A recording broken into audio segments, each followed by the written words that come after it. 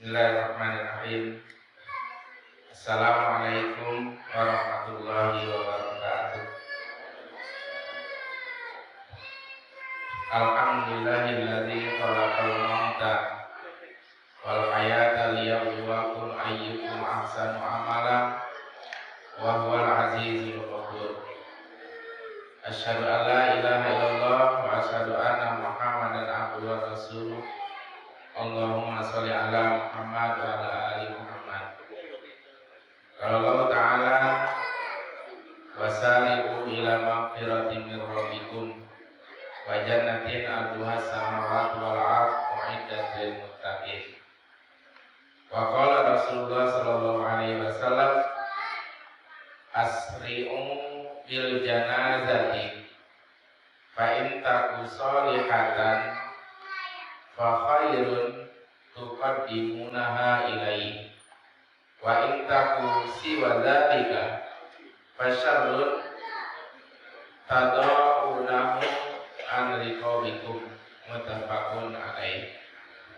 Sadaqallah wa sadaqa Rasulul Karim.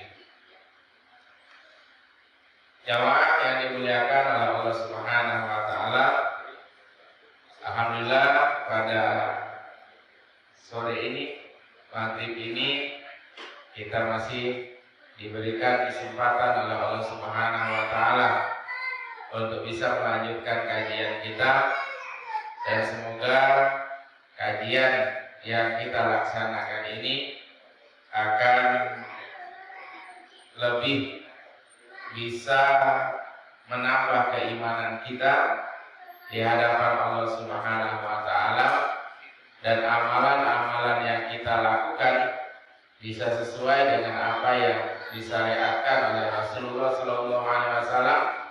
Dan apabila amalan itu diniatkan dengan tulus ikhlas, kemudian mencontoh Rasulullah Sallallahu Alaihi Wasallam, salah amalan itulah yang akan diterima oleh Allah Subhanahu wa taala. Jamaah yang dimuliakan oleh Allah, kita kemarin sudah membahas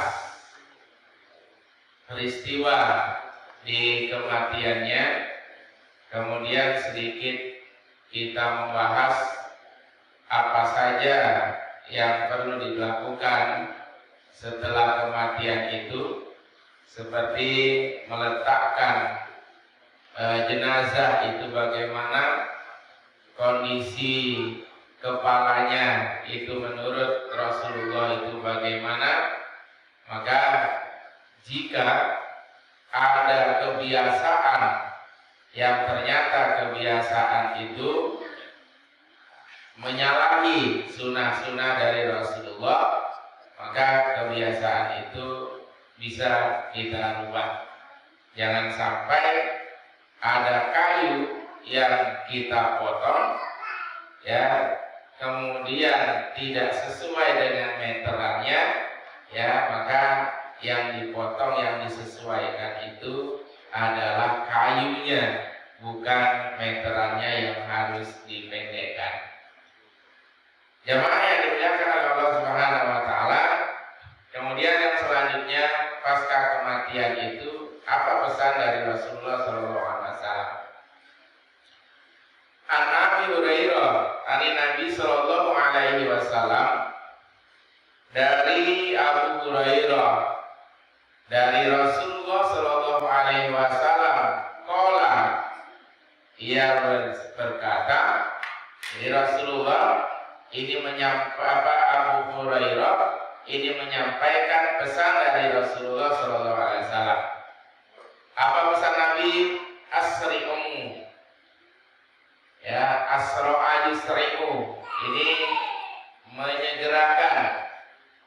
Ini kata perintah, segerakanlah oleh kalian bil janazati, untuk mengurus jenazah. Fa in taku sholihatan, jika jenazah itu soleh atau baik, fa khairun, dan jenazah itu bagus atau baik, tuqaddimunaha ilaihi, engkau menyegerakan untuk bertemu istilahnya menyegerakan untuk ketemu Allah Subhanahu wa taala. Wa in taqusiwa dzalika, dan jika keadaan jenazah itu berlawanan dengan yang tadi, ya, fasyarrun, maka ini adalah suatu keburukan. Tad'unaha an riqabikum, engkau segera untuk meletakkan dari pundakmu. Ini bahasa dari Rasulullah SAW. Maka disunahkan dalam penyelenggaraan jenazah itu disegerakan, ya, disegerakan dan jangan ditunda-tunda. Ada dua alasan dari Nabi. Jika itu jenazahnya baik, maka dia segera untuk ketemu Tuhannya dan mendapatkan balasan dari Tuhannya. Dan jika dia itu jenazahnya seperti apa yang kita ceritakan kemarin, ya, maka jenazah itu akan segera terlepas dari pundak kalian. Ini hadirin yang dimuliakan oleh Allah Subhanahu wa taala. Jadi saya ada kisah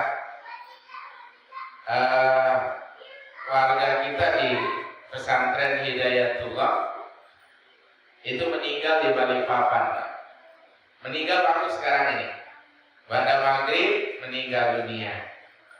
Ini dari dimuliakan oleh Allah Subhanahu wa taala. Nah, nanti kita akan mencoba bagaimana kita bisa menyelenggarakan sendiri tanpa harus minta bantuan terhadap orang lain, terhadap keluarga kita. Nah, anak beliau meninggal, itu masih muda, umurnya 36 tahunan seperti itu. Jadi ditugaskan di Medan, mertuanya itu di Balikpapan. Waktu sakit dibawa ke Balikpapan dalam kondisi yang sudah agak berat, maka diminta keluarga yang dari Bengkulu sini untuk bisa ke Balikpapan. Jam segini meninggal dunia, pada maghrib meninggal dunia.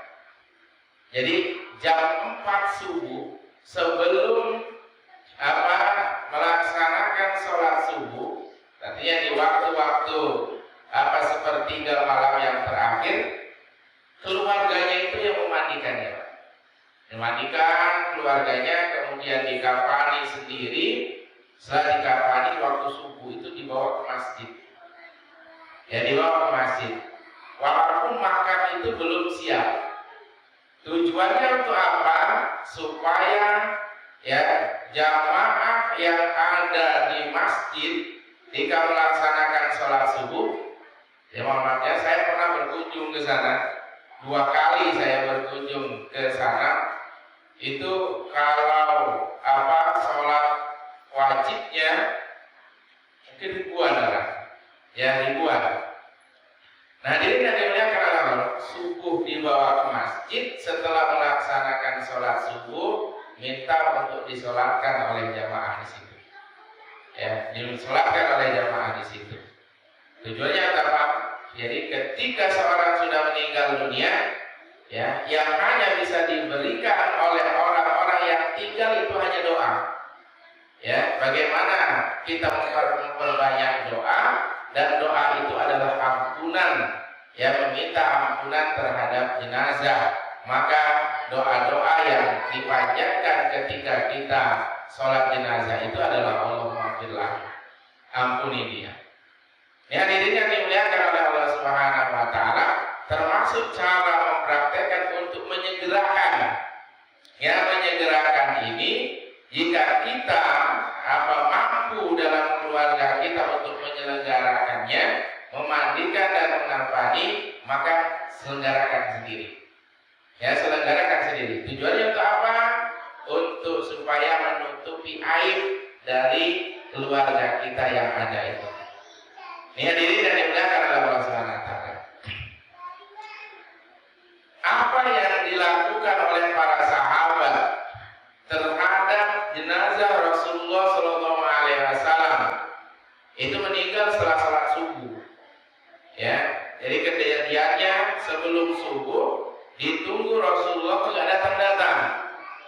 Ya, maka para sahabat menunggu dan ternyata setelah dijemput, kalau salah Amr bin As yang menjemputnya, ya kemudian Rasulullah 3 kali pingsan, setelah itu mandi, dan setelah itu bisa melaksanakan sholat berjamaah di masjid, dan setelah itu jadi yang dimuliakan oleh Rasulullah, singkatnya Rasulullah meninggal setelah sholat subuh itu. Itulah sholat subuh terakhir Rasulullah SAW. Lalu apa yang dilakukan? Pemakaman Rasulullah itu dilaksanakan 3 hari kemudian. Ya, karena banyaknya yang bertakziah, pelaksanaannya itu pemakaman jenazah Rasulullah itu 3 hari kemudian.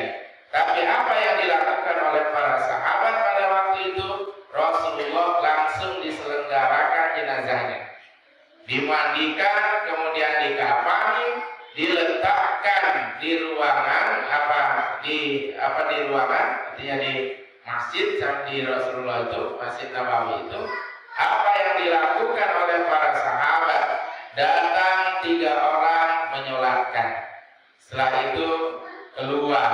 Ada datang lagi bertakziah menyolatkan. Ada yang datang dari luar kota ke situ menyolatkan. Nah, hadirin yang dimuliakan oleh Allah Subhanahu wa taala, semakin banyak orang yang menyolatkan. Dan dalam hadis ini, apabila ada 40 orang yang menyolatkan dan orang itu tidak menyekutukan Allah, beriman kepada Allah, yang jenazahnya itu pun tidak menyekutukan Allah, maka itu bagian dari ampunan dari Allah Subhanahu wa taala. Doanya itu akan dikabulkan. Ini hadirin yang dimuliakan oleh Allah Subhanahu wa taala, maka pernah ada yang mempraktekkan. Jadi Bapak Ibu kalau ke arah Unip sebelum Bank BRI dulu ada yang namanya Toko Agita namanya. Ya, Toko Agita sekarang sudah jadi Alfamart teman. Nah, namanya Pak Agung. Anaknya yang laki-laki dulu sekolah di Hidayatullah, kemudian SMP-nya di SMP Iqra, kena kanker otak.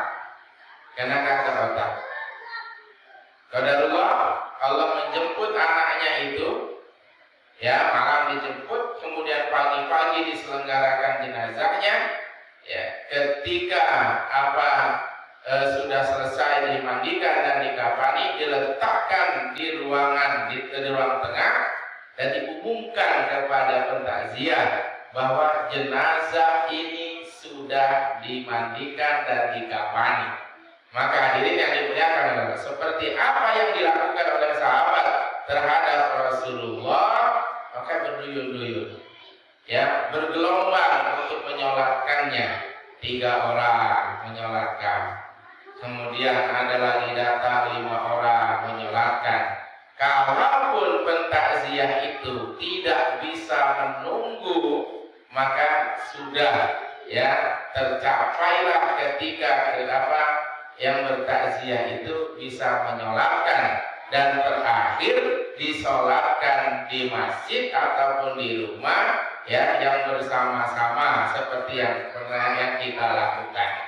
Ini hadirin yang dimuliakan oleh Allah Subhanahu wa taala. Oleh karena itu, kita nanti kita arahkan bagaimana kita bisa belajar dan bisa menyelenggarakan jenazah sendiri di keluarga kita. Ini yang dimuliakan oleh Allah Subhanahu wa taala. Jadi Rasulullah tidak menganjurkan Bapak Ibu. Yang pertama, ketika ada orang yang meninggal dunia, Bapak Ibu ini lahirnya saya yakin bukan dari daerah sini sebagian besar. Kalau saya dari Lampung, ya Pak Eta di Kerinci, ya kan? Ada yang lain tadi mana kan seperti itu kan? Maka ketika Aminah ibu Nabi meninggal di desa Abwa, itu tidak dibawa ke Mekah. Dia dimakamkan di desa Abwa itu. Rasulullah lahir di Mekah, kemudian meninggal di Madinah karena sudah hijrah, maka Rasulullah tidak dimakamkan di Mekah, ya, dan dimakamkan di Madinah. Nah, demikian hadirin yang dimuliakan oleh Allah, Rasulullah menyampaikan ketika ada orang yang meninggal dunia, maka makamkan di tempat orang yang di tempat dia meninggal tersebut. Mohon maaf ya, ketika mungkin kita sudah mengalami sakit yang keras nantinya, jadi jangan sampai berwasiat menyalahi Rasulullah Shallallahu Alaihi Wasallam. Nah, kalau bapak meninggal dunia kelak, bawa ke dusunnya, bapak ndak dimakamkan dekat kakek kamu. Ada pak kejadian. Karena kita di sini, rumahnya di Medan, ya rumahnya di Medan, minta dimakamkan di tempat kelahirannya. Meninggal jam 8 malam, jam 9 pagi dibawa ke Medan, tersampainya jam berapa? Ya, ini menyiksa. Tetapi segerakan penyelenggaraan, karena kalau dia baik maka dia akan segera mendapatkan kenikmatan. Jadi kita tidak dianjurkan wasiat yang seperti itu boleh dilanggar, karena wasiat seperti ini menyalahi Rasulullah Shallallahu Alaihi Wasallam.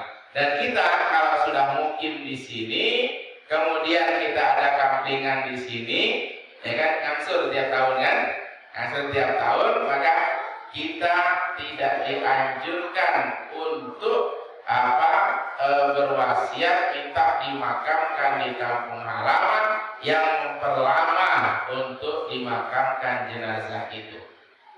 Ya mungkin kalau sekitaran Benteng atau misalnya Kepayang mungkin kan masih bisa terjangkau harinya, ya, hitungan jam.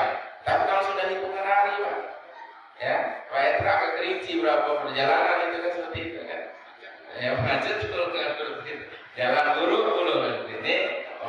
ini menyalahi sunnah dari Rasulullah SAW. Itu yang pertama. Kemudian yang kedua, ahli waris yang ditinggalkan. Ini sering saya menemukan kejadian. Harus legowo. Kalau dia sayang kepada keluarga yang telah meninggalkannya, jangan minta ditunggu. Ya, jangan minta ditunggu. Ada Pak, ya, agak miris. Ya tidak diceritakan siapa orangnya. Meninggal jam 2 siang, Pak. Meninggal jam 2 siang karena anaknya di Jawa minta ditunggu. Tak tunggu. Jam 2 siang itu kalau dikejar masih bisa. Tapi anaknya minta ditunggu. Pesawat itu ya turun ba'da zuhur. Ba'da zuhur, dan kami minta mendampingi untuk memandikan jenazahnya itu jam 2 siang. Dari jam 2 ke jam 2 siang. Mohon maafnya karena sakitnya sakit dalam, itu mohon maafnya sudah banyak cairan-cairan hitam yang tidak bisa dikendalikan lagi. Karena pembusukan yang paling cepat itu di bagian perut.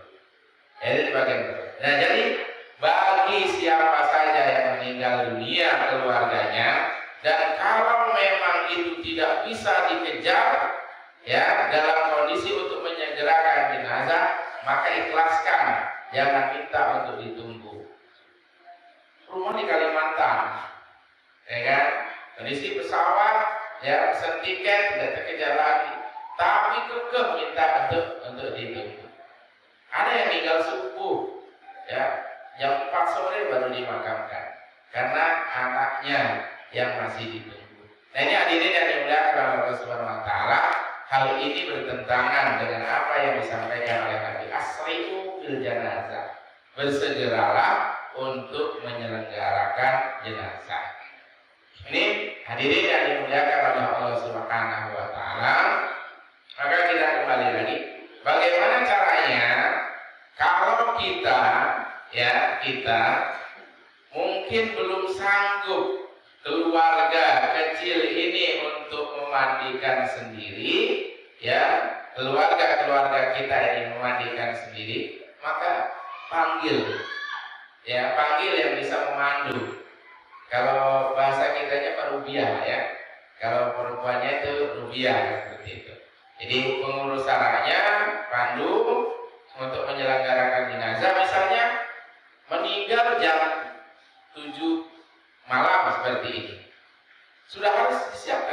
Siapkan, bisa. Malam harinya disiapkan untuk kafannya sudah disiapkan kan seperti itu.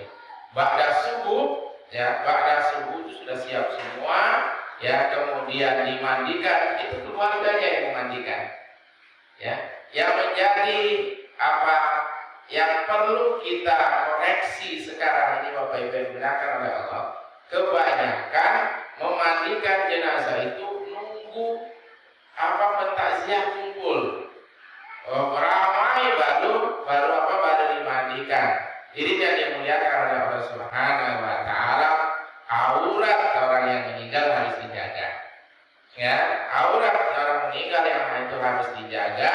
Maka ketika hidup pun tidak boleh sembarangan dilihat kecuali oleh orang mahramnya. Begitupun sudah meninggal dunia itu harus tetap dijaga. Bahkan nanti ketika memandikan pun bagaimana cara-caranya itu harus tetap dijaga auratnya. Ini nggak boleh dipertontonkan. Ramai orang yang lihat kan seperti itu. Ya, seperti Muhammadnya di dusun-dusun masih seperti itu. Ini menyalahi anjuran dari Rasulullah SAW. Maka kalau kita sudah bisa memahami ini caranya, ya insya Allah pengurus salah itu akan senang kalau dari keluarga bisa menyegerakan jenazah itu. Bisa malamnya di istilahnya racik dulu, kafannya dijahit dulu, yang bagian bawahnya kemudian dipersiapkan, kan langsung nanti digulung lagi. Nah, ba'da subuh itu segera mandikan. Setelah mandikan selesai, letakkan kalau tadi sebelum dimandikan itu kepala ke arah kiblat, dan sudah dimandikan itu posisinya seperti kita mau menyolatkan di masjid. Letakkan di ruang depan atau di ruang tengah. Nah, diri dan dimuliakan oleh Allah SWT. Kalaupun nanti ada keluarga, ada pentakziah yang mau melihat mukanya, maka jangan diikat dulu bagian mukanya. Sampaikan kepada pentakziah. Bapak Ibu yang dimuliakan oleh Allah, jenazah ini sudah kita mandikan dan sudah kita kafani. Dipersilakan kepada Bapak Ibu yang mau menyolatkan jenazah ini, dan jenazah ini sudah siap untuk disolatkan.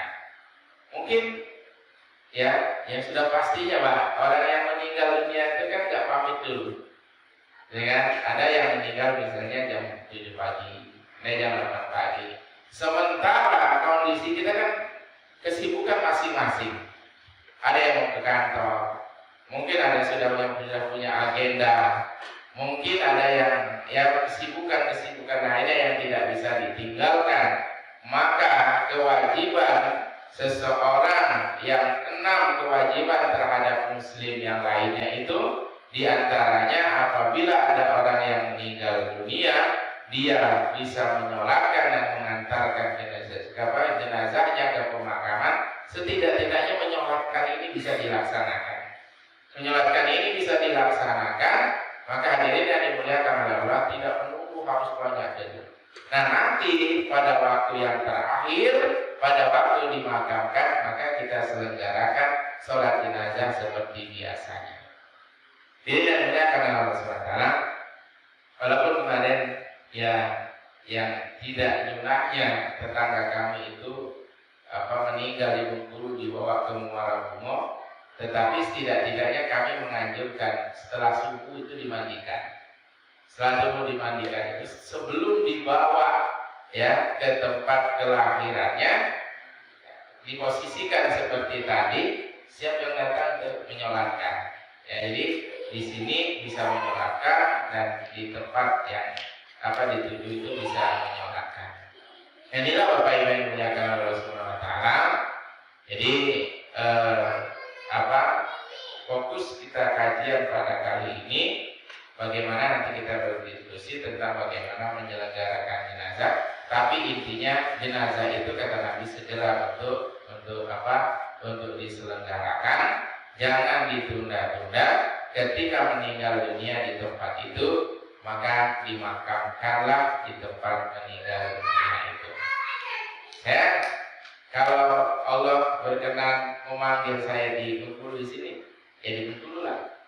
Ya, walaupun di Lampung itu punya pemakaman keluarga, dari kakek, bapak, paman saya semuanya sudah di situ. Ayu saya yang sudah meninggal dulu ada di situ. Tapi selain menyusahkan, ya kemudian kita juga menyelenggarakan jenazah itu harus dipercepat untuk bertemu dengan Allah Subhanahu Wa Taala. Kan tidak diperbolehkan untuk berwasiat. Ya bagaimana saya harus dimakamkan di makam keluarga dan lain sebagainya. Kalaupun mohon maafnya dalam kondisi sakit misalnya, ya saya mau pulang saja. Kalau saya dipanggil, nanti mungkin bisa berdekatan dengan orang tua pemakamannya, itu sah-sah saja. Tapi kalau kondisi sudah meninggal dunia, maka bersegera untuk dimakamkan di tempat di mana dia meninggal dunia. Jadi itu saja wasiat kajian kita, mungkin bisa didiskusikan. Asri'u bil janazah, maka bersegeralah untuk menyelenggarakan jenazah. Wallahu a'lam bishawab.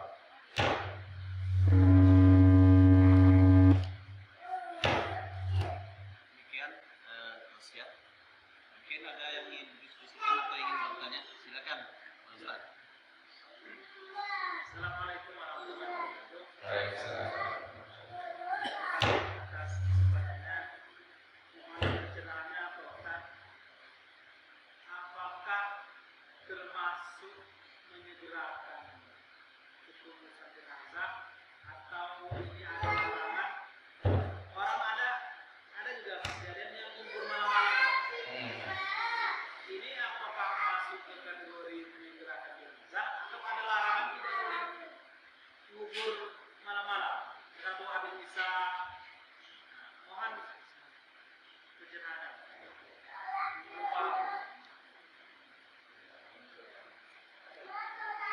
Kalau saya baca di sini, jadi intinya Rasulullah menganjurkan kepada kita, bahkan ada istilah larangannya untuk memakamkan jenazah di malam hari. Iya, ada bunyinya Rasulullah tidak menganjurkan, ya. Tidak menganjurkan, tapi dalam kondisi di mana jenazah itu, ya kalau tidak dimakamkan pada waktu itu, ya kondisinya mengkhawatirkan atau rusak bagaimana, maka dia segerakan untuk memakamkannya. Tapi kalau dalam kondisinya normal, maka Rasulullah menganjurkan untuk memakamkannya di siang hari.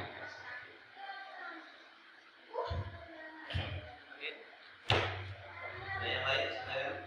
Ya, silakan Pak Imam.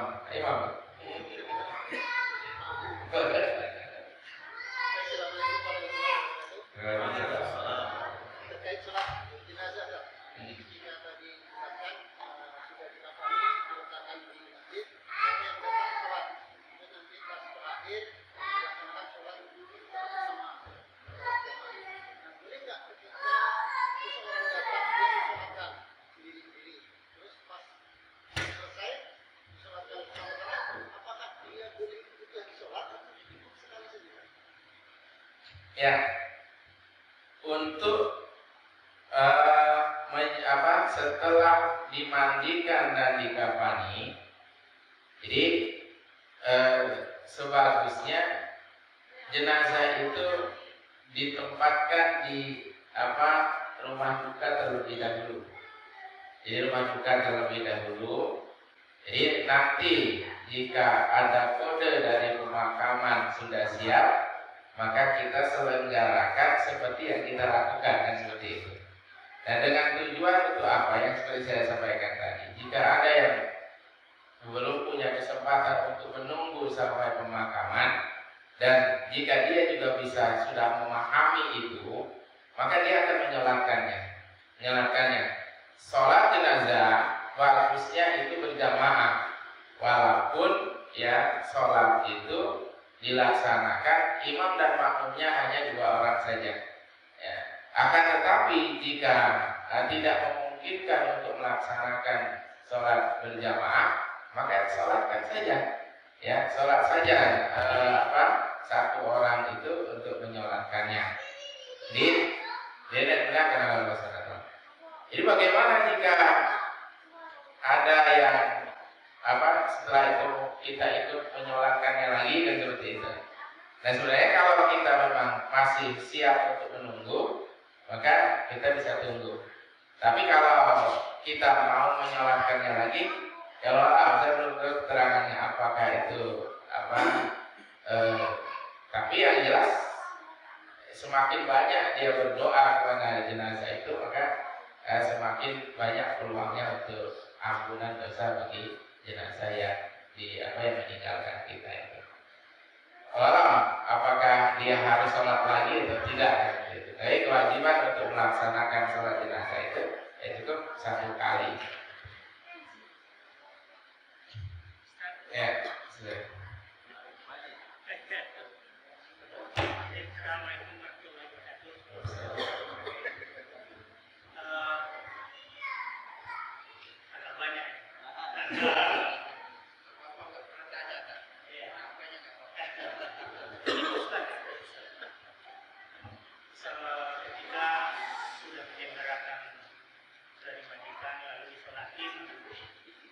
Biasanya kan saya pernah makan orang di keluarga melakukan nabi bersangka.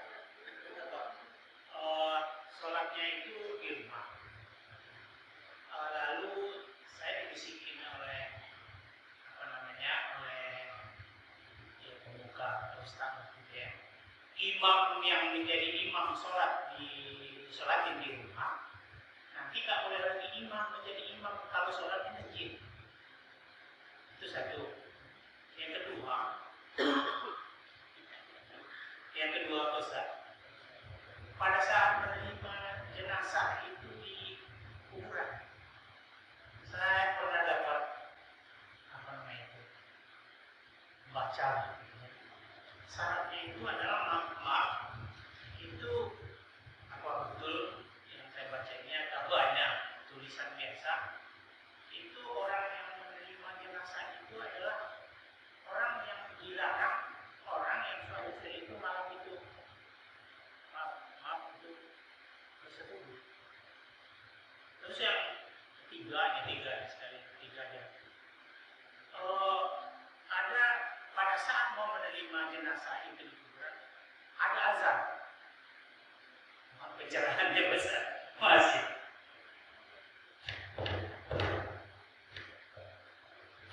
Ya, jadi seperti yang ditanyakan tadi, mungkin nanti kita cari kejelasannya Pak tentang bagaimana orang yang sudah bisa menyolatkan, apakah dia diperbolehkan untuk menyolatkannya lagi ataupun imam tadi kan seperti itu. Jadi ya, imam tadi pun sama halnya, berarti dia sholat 2 kali kan seperti itu. Ini mungkin nanti kita kaji di lain kesempatan. Untuk yang kedua, bagaimana tadi Pak yang menerima itu? Suami istri Malam itu suami istri melakukan hubungan suami istri. Yang meninggal ibunya misal. Ibunya siapapun yang meninggal malam itu, tapi sudah suci kan Pak? Iya, sudah suci. Boleh nggak? Pencerahan gitu ya? Iya. Jadi begini Pak, ada kemarin di tetangga kita yang meninggal dunia, anaknya tidak memandikan, suaminya malah duduk tidak memandikan. Karena apa? Ada yang membisiki anak laki-laki, suami itu tidak boleh mendekat, ya tidak boleh mendekat. Ini menyalahi sebenarnya. ya siapapun juga selama dia mahramnya, ya selama dia mahramnya, maka orang-orang yang terdekat itulah yang menyelenggarakan jenazahnya, kan seperti itu. Ya mohon maaf ya jika ada aib-aib dari jenazah itu, maka ya sulitlah mungkin bagi keluarga untuk membukanya. Kemudian yang kedua, bagi orang yang menyelenggarakan jenazah itu memang dianjurkan untuk bersuci terlebih dahulu. Bersuci terlebih dahulu. Nah kemudian bagi mohon maaf yang di pemakaman, rasanya tidak ada keterangan yang seperti itu bagi orang mohon maafnya yang sudah bersetubuh malam harinya tidak boleh menyelenggarakan jenazah di siang harinya. Jadi Menerima mayat yang ya menyambut mayat. Tidak ada keterangannya seperti itu. Ya tidak ada keterangannya seperti itu. Jadi yang mohon maaf, yang namanya meninggal dunia itu ya tidak bisa lah kita pastikan apa yang kita lakukan malam harinya, kan seperti itu. Yang jelas ya dianjurkan kakak itu di tempat memandikan, mengkafani, kemudian yang menyolatkan dan memakami itunya. Yang terdepan itu adalah keluarganya, ya adalah keluarganya. Jadi tidak ada ketentuan yang seperti itu.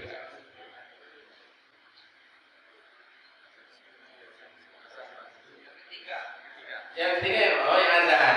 Nah, azan. Jadi yang azan ini, Pak yang dimuliakan oleh Allah, kita belum menemukan keterangannya. Karena azan itu adalah panggilan sholat. Ya, panggilan sholat diperuntukkan untuk orang-orang yang masih hidup. Nah, masih hidup. Dan jika ada yang seperti itu, daripada kita mencari-cari keterangannya yang belum jelas, ya lebih baik kita hindari hal yang seperti itu. Ya mohon maaf ya, jangankan yang meninggal dunia, anak yang baru lahir itu pun ada perselisihan. Ya ada perselisihannya, apalagi yang sudah meninggal dunia. Ini Bapak Ibu yang dimuliakan oleh masyarakat. Karena nanti kita akan bahas bagaimana cara pemakamannya, ya bagaimana liang lahat dan lain sebagainya. Oke, Bapak silakan.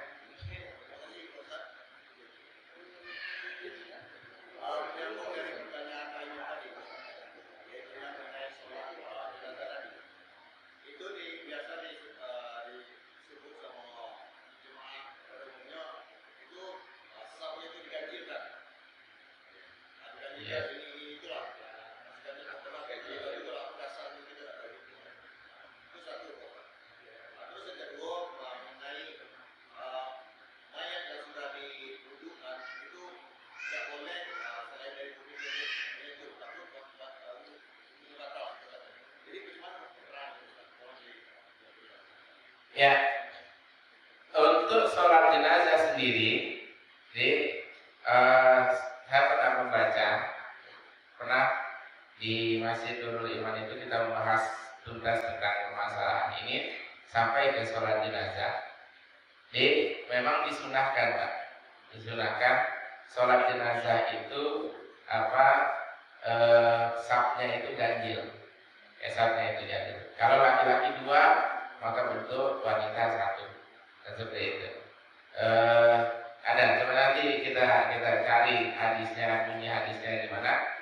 Saya pernah membaca bahwa ada keterangannya untuk mengganjilkan saf dalam sholat jenazah. Nah kemudian yang kedua, jadi ketika seorang bersentuhan tanpa alas, ya maka ada pendapat ulama fikih itu batal gitu. Tapi kalau dia bersentuhan dan ada alasnya, maka dia tidak membatalkan untuk wudunya. Maka bagi jenazah yang sudah dikafani dan dia diangkat, maka kafannya itu yang menjadi hijab terhadap sentuhan dari lawan jenisnya yang bisa membatalkan itu kan. Kafannya itu.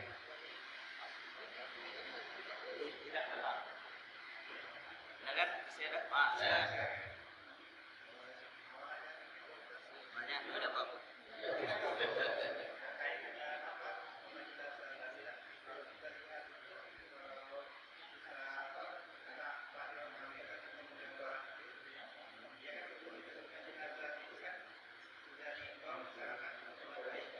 ya.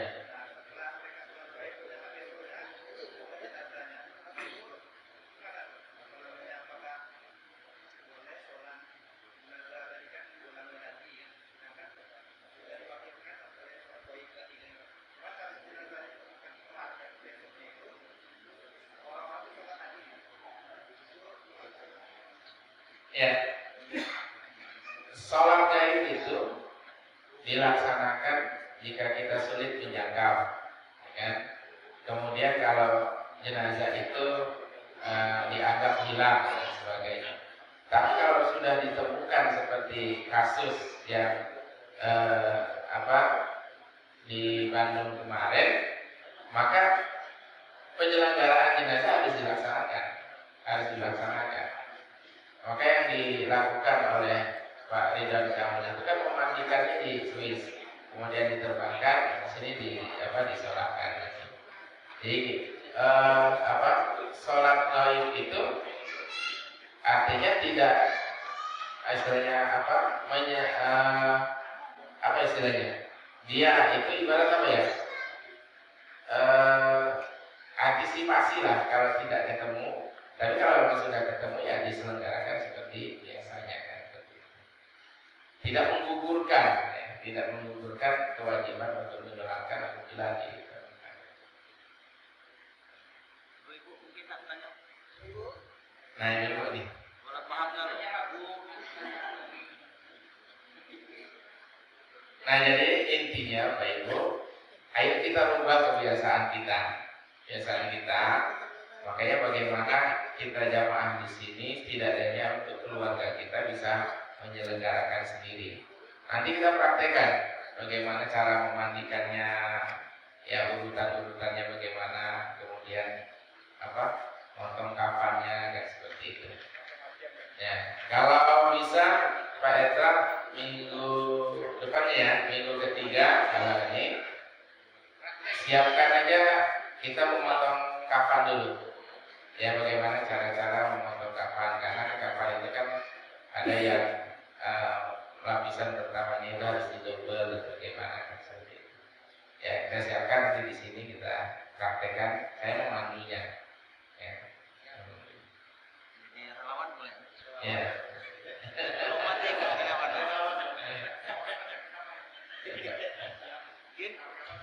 Ibu-ibu ada tanya tadi? Ada. Pas saya.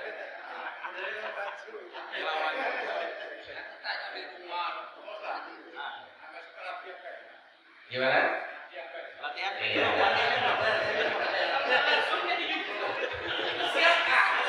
Simulasi.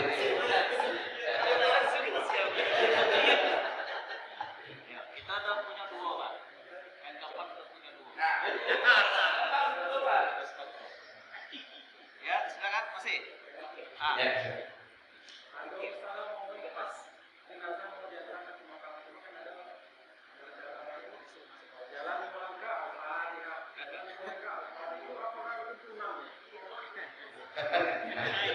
Saya belum menemukan itu, tapi upacara pelepasan itu ada.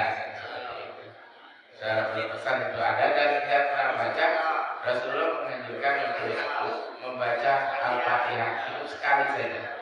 Ya setelah itu dibacakan. Apalagi maafnya ada yang bawa apa tuh? Botol masuk ke kolong.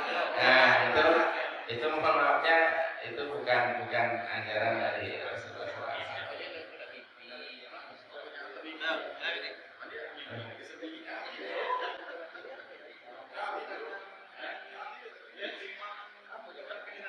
Ya.